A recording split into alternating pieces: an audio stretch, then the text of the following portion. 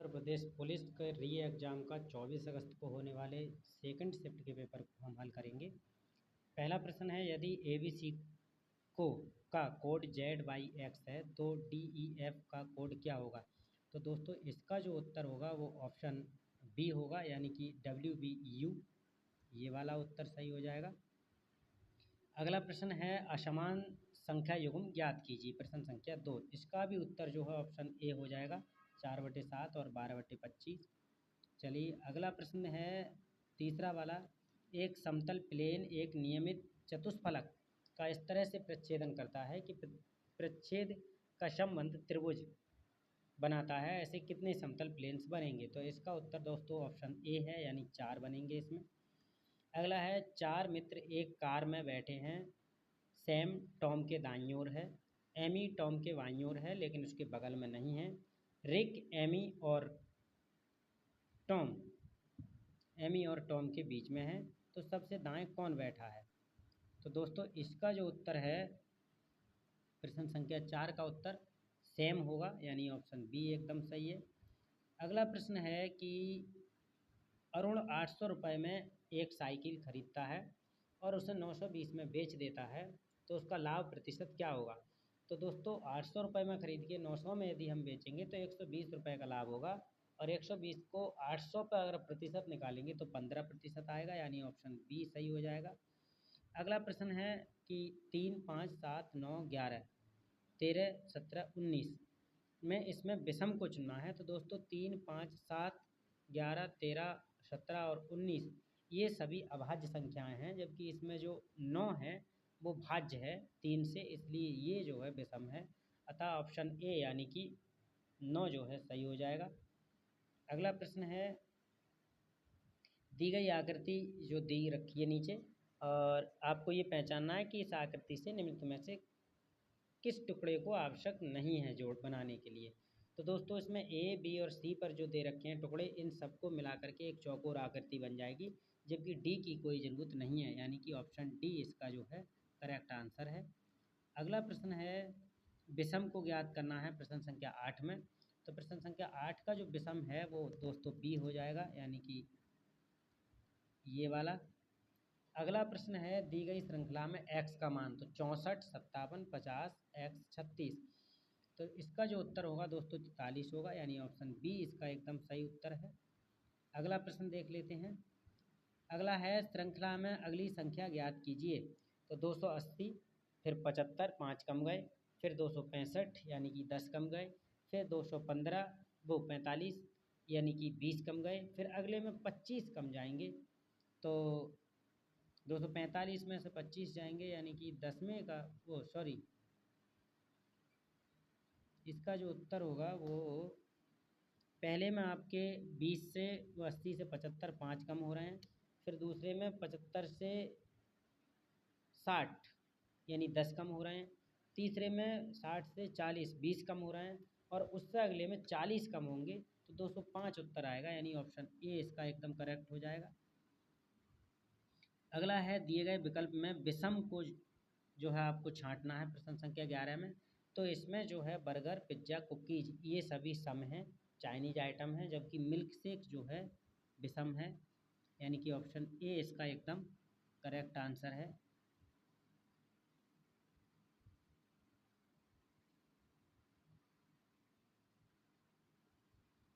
ये वाला milk shake इसका एकदम करेक्ट आंसर हो जाएगा। चलिए अगला प्रश्न है, ये आकृति दे रखी है और इसमें अगली आकृति पूछिए। तो दोस्तों इसमें जो है 12वें प्रश्न में जो 5वें नंबर पर आकृति है वो आपकी विषम है, ये वाली, और ये वाली आकृति को हम उत्तर में देखेंगे ऑप्शन में, तो ये बी नंबर पर दे रखी है, यहाँ पर ये सही हो जाएगा। अगला प्रश्न है, श्रृंखला में इसमें भी अगली आकृति पूछी है 13 में। तो इसमें जो अगली आकृति है वो जो डी नंबर पर है ये वाली आकृति आएगी। अगला प्रश्न जो है प्रश्न नंबर 14 का जो उत्तर होगा दोस्तों F38 होना चाहिए, यानी कि ऑप्शन बी करेक्ट। अगले प्रश्न में 18 आएगा उत्तर, यानी कि ऑप्शन सी करेक्ट। अगले प्रश्न देख लेते हैं। प्रश्न संख्या 16, एक तस्वीर की ओर इशारा करते हुए, एक आदमी की ओर इशारा करते हुए आशा ने कहा कि उसकी माँ की इकलौती बेटी मेरी माँ है। तो इसका दोस्तों जो उत्तर आएगा वो उसकी बहन आएगा, यानी कि ऑप्शन सी एकदम सही हो जाएगा। अगला प्रश्न है, निम्नलिखित में से विषम को चुनिए। तो दोस्तों 17 में जो विषम है वो 63 है, यानी कि ऑप्शन बी एकदम सही है। प्रश्न संख्या 18 देख लेते हैं। 18 में जो है इनने कहा है 3 बिंदुओं के विपरीत में पूछा है। ये 3 बिंदुओं का जो आएगा उसके विपरीत में क्या आएगा अंक। तो दोस्तों 18 में 3 के विपरीत में 5 आएगा, यानी ऑप्शन डी एकदम सही हो जाएगा। चलिए अगला देखते हैं। अगला है, एक लड़की की ओर इशारा करते हुए विनोद ने कहा कि वह मेरे पिता की इकलौती बहन की बेटी है। तो उसका जो है क्या संबंध हो जाएगा विनोद से। तो दोस्तों 19 का जो उत्तर होगा वो उसकी कजिन बनेगी, यानी ऑप्शन सी एकदम करेक्ट हो जाएगा। अगला प्रश्न है प्रश्न संख्या 20। ये जो है गद्यांश पर है। जीवन के फैसले मनुष्य को स्वयं करने होते हैं, इसलिए आदमी को आत्मनिर्भर होना चाहिए। अब तुम्हें क्या करना चाहिए, इसका ठीक ठाक उत्तर तुम्ही को देना होगा, कोई दूसरा नहीं देगा। तो ये आप पढ़ लेना, हम इनके सीधे उत्तरों पर आते हैं। और पहला इसका जो 20वां प्रश्न है जो गद्यांश के आधार पर पहला ही बनता है कि निम्नलिखित में से कौन सी सूक्ति है। तो दोस्तों पहला ही है जो कि जिस पुरुष की दृष्टि सदा नीची रहती है उसका सिर कभी ऊंचा नहीं होगा, यही सूक्ति है। तो यानी ऑप्शन ए इसका सही हो जाएगा। चलिए अगला प्रश्न है। अगला है कि निम्नलिखित में से किस शब्द का अर्थ कोमल होता है। तो दोस्तों मृदुल का जो अर्थ होता है वो कोमल होता है, ऑप्शन डी सही है। अगला है, प्रस्तुत गद्यांश का उचित शीर्षक। दोस्तों आत्मनिर्भरता के ऊपर बात कही गई है, तो इसका सही उत्तर हो जाएगा ऑप्शन बी, यानी आत्मनिर्भरता। अगला है, हम अपने जीवन के फैसले लेने में कैसे आत्मनिर्भर बन सकते हैं। तो दोस्तों इसका बी वाला जो ऑप्शन है, अपने विचार और निर्णय की स्वतंत्रता को बनाए रख करके हम अपने निर्णय ले सकते हैं। अगला प्रश्न है, व्यवहार की मृदुलता क्या है। तो इसमें जो नम्र और उच्चा स बनाती है, ये वाला ऑप्शन आ जाएगा, ऑप्शन सी। चलिए अगला प्रश्न है, कबीर के उलटवासियों में कौन सा रस प्रमुख है। तो दोस्तों कबीर की उलटवासियाँ जो रचना है उसमें अद्भुत रस है, यानी कि ऑप्शन सी एकदम सही हो जाएगा। अगला है, निम्नलिखित में से सही लोकोक्ति का चयन करना है हमको 26 में। तो जो पहला वाला विकल्प है, ना नौमन तेल होगा ना राधा नाचेंगी, ये एक लोकोक्ति है, यानी ऑप्शन ए करेक्ट है 26 का। 27वें प्रश्न में कौन सा जोड़ा समरूपी भिन्नार्थक है। तो दोस्तों अवधि और अवधि ये आवाज़ में या बोलने में एक जैसे हैं, लेकिन दोनों के अर्थ गलत अलग अलग हैं, इसलिए ऑप्शन बी एकदम सही है। अगला है, चरण कमल में कौन सा समास होगा। तो चरण कमल में दोस्तों कर्मधारय होगा, यानी ऑप्शन बी एकदम सही है। अगला प्रश्न है, सरोज शब्द का पर्यायवाची क्या होगा 29 का। तो सरोज जो है कमल का पर्यायवाची होता है, और कमल का एक पर्यायवाची अरविंद भी होता है, तो इसका ऑप्शन ए सही है, यानी ये वाला। और इत्तेफाक से ये मेरे नाम का पर्यायवाची भी है दोस्तों। चलिए अगला देखते हैं। अगला है प्रश्न संख्या 30 की अस्थिर विचार वाला व्यक्ति कुछ नहीं कर पाता के भाव को अभिव्यक्त करने वाली सही कहावत कौन सी है 30 में का। तो इसका जो बी है, दुविधा में दोनों गए माया मिली ना राम, ये वाला जो है ऑप्शन एकदम सही है बी। अगला है, सही अर्थ वाला शब्द युग्म कौन सा होगा। 31वां प्रश्न है। तो दोस्तों बाण मानी जो होता है भला आदमी या भद्र पुरुष होता है। और तो सॉरी दोस्तों, एक पहला वाला जो सर है इसका अर्थ होता है बाण, और दूसरा सर है उसका होता है भला आदमी, तो ऑप्शन ए जो है इसका एकदम सही है। अगला है, मनोबल में कौन सी संधि है। तो दोस्तों मनोबल जो है विसर्ग संधि होती है, और इसका जो विच्छेद किया जाता है वो मनः प्लस बल, इस तरह से किया जाता है, तो ऑप्शन ए इसका विसर्ग संधि हो जाएगा। अगला है कि विग्रह की दृष्टि से दिए गए विकल्पों में से कौन सा विकल्प अनुचित है। उचित नहीं दोस्तों, अनुचित पूछा है। तो देश पर निकाला पहला वाला ये गलत है, क्योंकि देश से निकाला होता है, देश पर नहीं। अगला है कि हिंदी में मूलतः वर्णों की संख्या कितनी है 34 में। तो ये 52 है दोस्तों, ऑप्शन डी होगा। अगला है, घ का उच्चारण स्थान कौन सा होगा 35 का। तो इसका कंठ होगा, यानी कि ऑप्शन सी हो जाएगा। अगला है, घुड़दौड़ में कौन सा समास का उदाहरण है। ये तत्पुरुष का है दोस्तों, ऑप्शन डी हो जाएगा। अगला है अंधा युग किसकी रचना है या किसकी कृति है? दोस्तों ये धर्मवीर भारती की है, ऑप्शन ए एकदम सही हो जाएगा। चलिए अगला है निम्नलिखित में से शुद्ध वाक्य का चयन करना है। मैं 38 में तो जो सी वाला है आतंकियों को रिहा करना मूर्खता होगी, ये जो है शुद्ध है, ऑप्शन सी वाला 38 का ये। अगला है प्रेम में भगवान रचना के लिए जैनेंद्र को किस पुरस्कार से सम्मानित किया गया था? तो दोस्तों भारत सरकार का जो शिक्षा मंत्रालय पुरस्कार होता है उससे सम्मानित किया गया था, यानी ऑप्शन सी सही है। अगला है हिंदी में ठ जो वर्ण है उसका उच्चारण स्थान कहाँ से है? तो ये मूर्धन्य वर्ण है, मूर्धा से उच्चारण होता है, ऑप्शन डी सही है। अगला है निम्नलिखित में से पर्यायवाची समूह कौन सा युग्म सही नहीं है 41 में? तो ये समुद्र और आदित्य वाला ऑप्शन यानी सी जो है गलत है। अगला है सोरठा छंद वाला, तो इसमें सोरठा छंद में विषम पंक्ति में कितनी होती है मात्राएं? 11 होती हैं, ऑप्शन डी सही हो जाएगा। अगला है के लिए किस कारक का चिन्ह है? तो ये दोस्तों के लिए जो होता है वो 43 यानी संप्रदान होता है। अगला है इंद्रिय का विशेषण शब्द पूछा है 44 में, तो इसका ऐन्द्रिय होगा, यानी ऑप्शन ए वाला जो है वो करेक्ट होगा। अगला है अनुरूप में कौन सा समास है दोस्तों 45 का? तो ये इसमें अव्ययी भाव हो जाएगा, यानी ऑप्शन ए सही है। चलिए अगला प्रश्न देखते हैं। अगला है लोकायतन कृति के लिए सोवियत लैंड नेहरू पुरस्कार किसे दिया गया था? ये थोड़ा इधर हटा लेते हैं। ये प्रश्न संख्या है 46, तो ये जो है सुमित्रानंदन पंत को दिया गया था, ऑप्शन बी सही है। अगला है निम्नलिखित में से कौन सा शब्द पुल्लिंग है 47 में? तो जो आभार शब्द है ये पुल्लिंग है, बाकी दया माया भाषा ये सब स्त्रीलिंग है, तो यानी कि ऑप्शन ए करेक्ट है इसका। अगला है पशु और पांशुपण का क्रम सही अर्थ प्रकट करने वाले शब्द युग्म की बात करिए इनने, तो इसका जो ऑप्शन ए है वही सही है, जानवर मूल्य और प्रतिज्ञा। अगला है आ उपवर्ण से बना शब्द क्या होगा? तो इसमें अथाह जो है ये सही है, ऑप्शन डी वाला।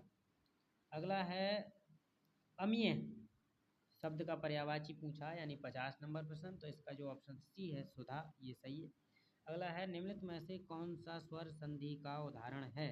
तो दोस्तों 51 नंबर में जो पवन है ये स्वर संधि का उदाहरण है। अगला है गीदड़ का स्त्रीलिंग क्या होगा? तो दोस्तों गीदड़ी होगा, यानी ऑप्शन डी एकदम सही हो जाएगा। अगला है जो क्रिया हो रही हो उसे कहते हैं, जो क्रिया हो रही है उसे अपूर्ण बोलते हैं, तो अपूर्ण वर्तमान हो जाएगा, यानी ऑप्शन सी करेक्ट।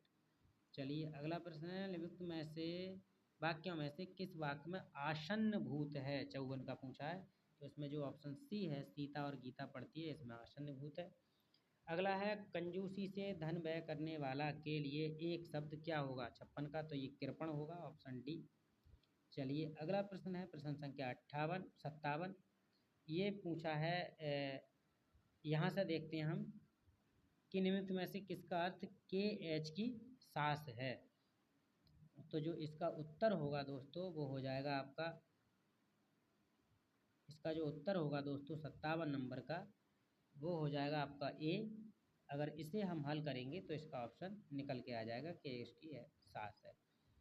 चलिए अगला प्रश्न है कि यदि 987 को 123 लिखते हैं, 741 को 369 लिखते हैं, तो 269 को क्या लिखेंगे 58?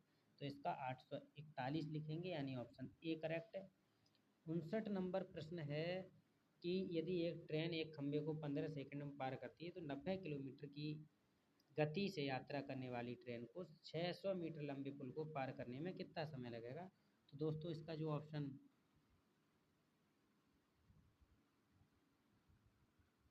ए है यानी 39 सेकंड ये सही हो जाएगा। अगला प्रश्न है प्रश्न संख्या 60 कि एस बी का देवर है, पी एस और टी का पिता है, टी एम का पिता है, बी आर की बहू है, तो पी का बी से क्या संबंध है? तो दोस्तों ये ससुर का संबंध बनेगा, यानी कि ऑप्शन बी वाला जो है वो सही हो जाएगा। चलिए अगला प्रश्न देख लेते हैं हम प्रश्न संख्या 61 क्या कहता है।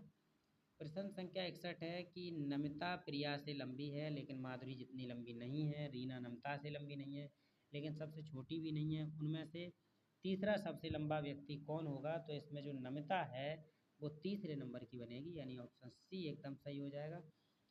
प्रश्न संख्या 62 है, 1, 2, 6, 24, 120 में अगली संख्या क्या होगी? तो इसमें दोस्तों 720, वो प्रश्न संख्या 720 जो है, यानी ऑप्शन ए ये करेक्ट हो जाएगा। चलिए अगला प्रश्न है प्रश्न संख्या 63 कि 6, 24, 60 और 120 में अगली संख्या क्या होगी? तो इसमें दोस्तों 210 आएगी, यानी ये ऑप्शन ए सही है। अगला है 64, असमान पद पूछा है 64 में, तो इसमें K9 जो है ये असमान है, यानी ये वाला। अगला है सादृश्यता पूरा करना है हमें। ऑक्सीजन जिस तरह से जलाने से संबंधित है उसी तरह बुझाने से संबंधित इसमें कार्बन डाइऑक्साइड होगी, यानी ऑप्शन डी करेक्ट हो जाएगा। और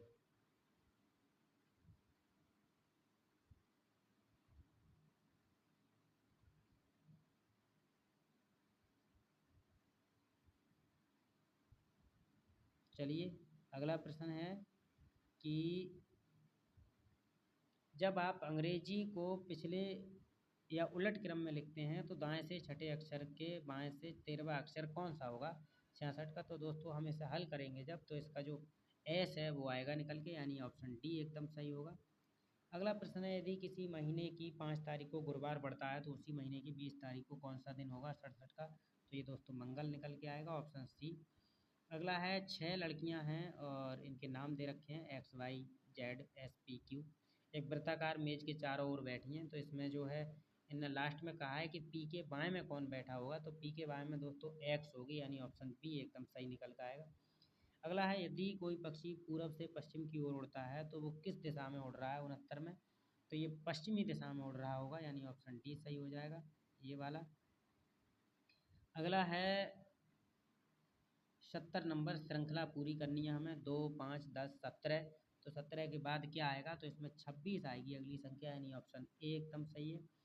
अगला है 27 वस्तुओं का क्रय मूल्य एक्स वस्तुओं के विक्रय मूल्य के समान है, यदि लाभ 35% हो तो एक्स का मान क्या होगा? तो इसका 20% होगा, यानी ऑप्शन ए सही हो जाएगा। अगला है 72वां प्रश्न है कि एक आदमी उत्तर की ओर 15 किलोमीटर जाता है, फिर पूरब की ओर मुड़ता है और 15 किलोमीटर दूरी करता है और बाईं तरफ मुड़ता है, फिर से 15 किलोमीटर दाईं ओर मुड़ता है, जब अंत में जब पहुंचता है तो वह अपने प्रारंभिक बिंदु से कहाँ पर होगा? तो ये दोस्तों 30√2 उत्तर पूरब में होगा, यानी कि इसका जो ऑप्शन सी है वो एकदम सही है। अगला प्रश्न है कि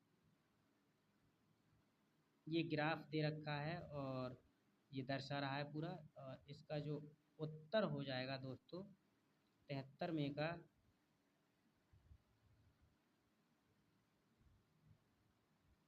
इसका जो उत्तर होगा 73 का वो डी होगा, 80% ऑप्शन डी एकदम सही है। अगला प्रश्न है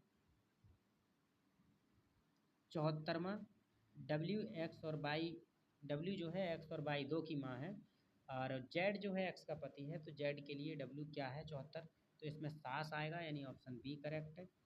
अगला प्रश्न है, वह संख्या ज्ञात करो जो 15:19 के अनुपात के पदों से घटाया जाना चाहिए और इतने के बराबर रह जाए 75, तो इसका ऑप्शन सी जो है यानी 3 आएगा। अगले प्रश्न का जो उत्तर है कि मीता की आय सीता की आय से 125% अधिक है, तो सीता की आय मीता की आय से कितने प्रतिशत कम होगी? इसका 55 पॉइंट इतना प्रतिशत आएगा। अगला है, जब हम लंबी विभाजन विधि से ये ज्ञात करते हैं तो जो इसका उत्तर है दोस्तों मैंने हल कर लिया है अलग से, यहाँ पर समय लगेगा, तो इसका जो 77 का उत्तर आएगा वो 1840 आएगा, यानी कि ऑप्शन बी करेक्ट होगा। और 78 का जो उत्तर है दोस्तों वो ए आएगा, यानी 90 किलोमीटर आएगा, 90 मीटर आएगा सॉरी। फिर 79 नंबर है कि यदि 53,240 की राशि को 3 वर्षों में 10% चक्रवृद्धि ब्याज की दर से समायोजित की जाती है तो मूल राशि क्या होगी 79? तो इसमें जो है 40,000 होगा, यानी ऑप्शन सी करेक्ट।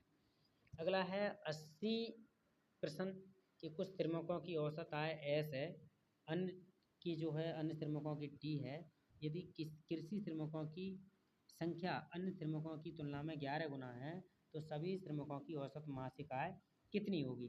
तो इसका जो डी वाला उत्तर है वो सही हो जाएगा। चलिए अगला प्रश्न देखते हैं। एक चुनाव में 2 उम्मीदवार हैं और 75% मतदाताओं ने अपने वोट डाले, जिनमें से 2% अवैध हैं और एक उम्मीदवार को 9261 वोट मिले, तो कुल वैध मतों का 75% है।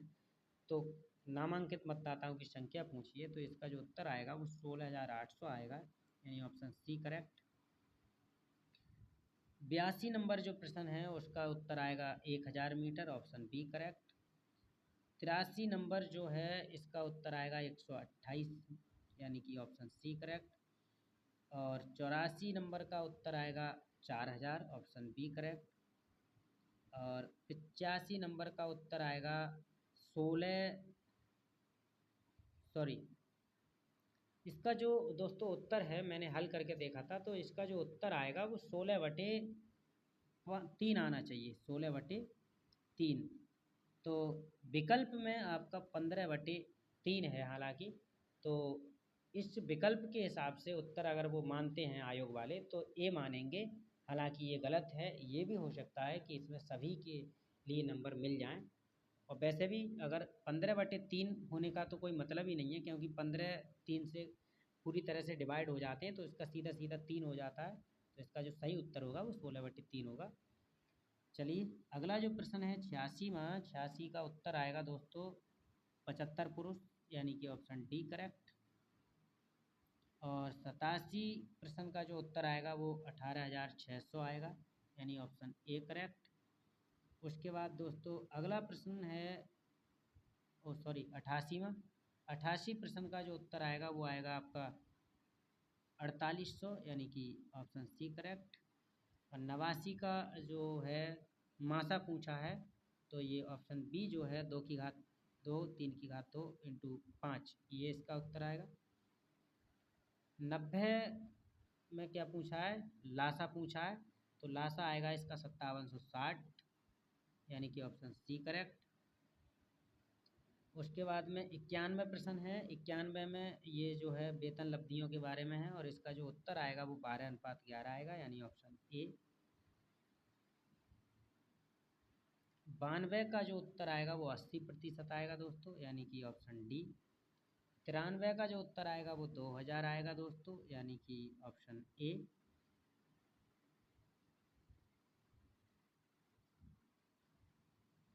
93 के बाद दोस्तों 94, 94 का जो उत्तर आएगा वो आपका आएगा UNDRR, यानी कि ऑप्शन डी।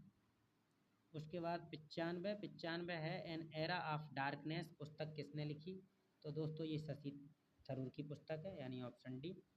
अगला है G20 में जी शब्द या अक्षर का क्या अर्थ है, तो दोस्तों ये जो जी है वो ग्रुप ग्रुप होता है 20 देशों का, तो ऑप्शन डी इसका सही है। अगला है प्रश्न संख्या 97, तो कार्य क्षेत्र क्षेत्र कार्य आधारित अनुसंधान को इस प्रकार वर्गीकृत किया जाता है, तो ये प्रयोग सिद्ध होता है, यानी ऑप्शन बी सही हो जाएगा। चलिए अगला है पूर्व राष्ट्रपति अब्दुल कलाम की PURA, इसे पूरा योजना बोलते हैं, ये किससे संबंधित है दोस्तों, तो ये पूरा योजना है वो आपकी ग्रामीण शहरों में शहरी सुविधाओं से संबंधित थी, यानी ऑप्शन डी इसका करेक्ट था। अगला है बाजरा का सबसे बड़ा उत्पादक दोस्तों, तो बाजरा का जो सबसे बड़ा उत्पादक राज्य है वो राजस्थान है। और अगला प्रश्न है कि नरौरा परमाणु संयंत्र कहाँ पर है, तो दोस्तों ये उत्तर प्रदेश के बुलंदशहर ज़िले में है। और अगला प्रश्न है यूनाइटेड किंगडम की आधिकारिक मुद्रा क्या है, तो दोस्तों ये पौंड स्टर्लिंग है, ऑप्शन ए करेक्ट। अगला है ग्रीन हाउस गैस 102 वाला क्या है, तो ये गैस अवरक्त विकिरण उत्सर्जित और अवशोषित करती है। अगला प्रश्न है प्रत्येक पंजीकृत आपूर्तिकर्ता को दी गई पहचान संख्या क्या होती है 103, तो ये दोस्तों GST इन होती है, यानी ऑप्शन ए वाला सही है। 104 का जो है दोस्तों साइबर सुरक्षित भारत पहल, तो ये 2018 में शुरू की गई थी दोस्तों, और ये 19 जनवरी 2018 को शुरू हुई थी। अगला है किस दिन अंतर्राष्ट्रीय शांति दिवस मनाया जाता है, तो दोस्तों ये 21 सितंबर को, यानी ऑप्शन सी। अगला है भारत की प्रथम महिला प्रधानमंत्री कौन थी, तो दोस्तों ये इंदिरा गांधी जी थी, यानी कि ऑप्शन बी।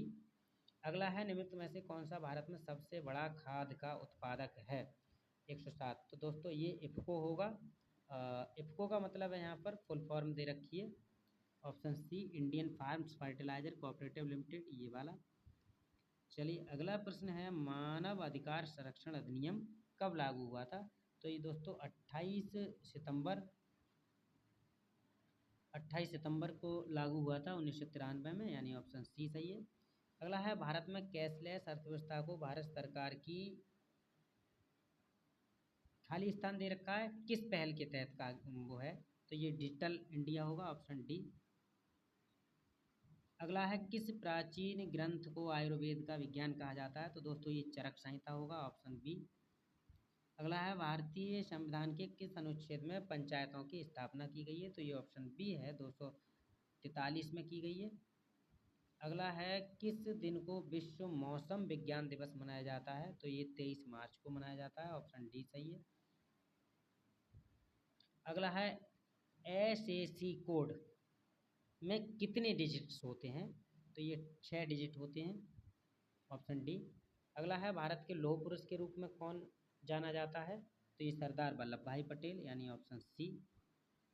अगला है, भारत ने ब्रिटिश शासन से किस वर्ष स्वतंत्रता प्राप्त की? ये 1947 में की थी, ऑप्शन डी सही है, 115 का। 116 का जो है ये आपका CWC है, यानी ऑप्शन ए वाला जो है यहाँ दे रखा है CWC। चलिए अगला प्रश्न 117 में है, जम्मू कश्मीर में बार अंगेस्ट बेस्ट के लिए राजदूत के रूप में सितंबर 2023 में किसे नामांकित किया गया था? तो ये जो ऑप्शन डी है कैप्टन बाना सिंह, ये होगा इसका उत्तर। अगला है, कोशिका में राइबोसोम का मुख्य कार्य क्या है? तो दोस्तों कोशिका में राइबोसोम का जो कार्य है वो DNA प्रतिकृति है, यानी ऑप्शन ए सही है। अगला है, मैंग्रोव वितरण मुख्य रूप से अंडमान और निकोबार द्वीप समूह के निम्नलिखित भागों में पाए जाते हैं, ये ऑप्शन सी इसका है, उत्तरी अंडमान में पाए जाते हैं। अगला है, नोआ का मतलब क्या होगा? तो दोस्तों इसका जो पहला वाला है, national ocean and atmospheric administration, ये वाला इंग्लिश वर्जन इसका देखें, ये सही है और इस हिसाब से यहाँ पर ये हो जाएगा। चलिए अगला है 121 नंबर प्रश्न। तो 121 का जो उत्तर है दोस्तों वो डी होगा, यानी असम। ये हर कोई जानता है, चाय जो है असम की ज़्यादा फेमस है, ये वाला। अगला है, संयुक्त राष्ट्र सुरक्षा परिषद में की भूमिका क्या है? तो इसकी जो भूमिका है दोस्तों वो अंतर्राष्ट्रीय शांति और सुरक्षा की है, ये वाली, यानी ऑप्शन डी सही है। चलो अगला प्रश्न है 123 नंबर, कि भारत में किस अधिनियम ने गैर कानूनी और आतंकवादी गतिविधियों से निपटने के लिए रूपरेखा प्रदान की है? तो ये जो है दोस्तों जो यूपा है उसने की है, ये। अगला प्रश्न है, ज्योमिति के जनक कौन माना जाता है? तो दोस्तों यूक्लिड को ज्योमिति का जनक माना जाता है, ज्यामिति का। अगला है 125वां प्रश्न, सोशल मीडिया संचार में एनालिटिक टूल्स, तो ये जो है मापने के लिए किया जाता है, प्रदर्शन मापना, यानी ऑप्शन सी करेक्ट। अगला 126 प्रश्न है कि वह धन जो वैध तरीके से अर्जित किया जाता है और हिसाब किताब रखा जाता है, जिसके लिए आयकर या दिया जाता है, तो ये जो है दोस्तों सफ़ेद धन या वाइट मनी कहलाता है, यानी इसमें जो ऑप्शन बी है ये करेक्ट है। चलो अगला प्रश्न है कि भारतीय संविधान की प्रस्तावना में कौन सा शब्द ये दर्शाता है कि भारत किसी भी बाहरी नियंत्रण से मुक्त है? दोस्तों इसमें जो संप्रभु संपन्न है, यानी ऑप्शन बी, ये सही है। अगला है कि कौन सा पठार अरावली और बिंद के बीच में है? तो ये मालवा का है, ऑप्शन डी सही है। अगला है, सोशल मीडिया में कंटेंट क्यूरेशन शब्द क्या है? तो इसमें अन्य स्रोतों से प्रासंगिक कंटेंट का चयन, ये वाला ऑप्शन डी सही हो जाएगा।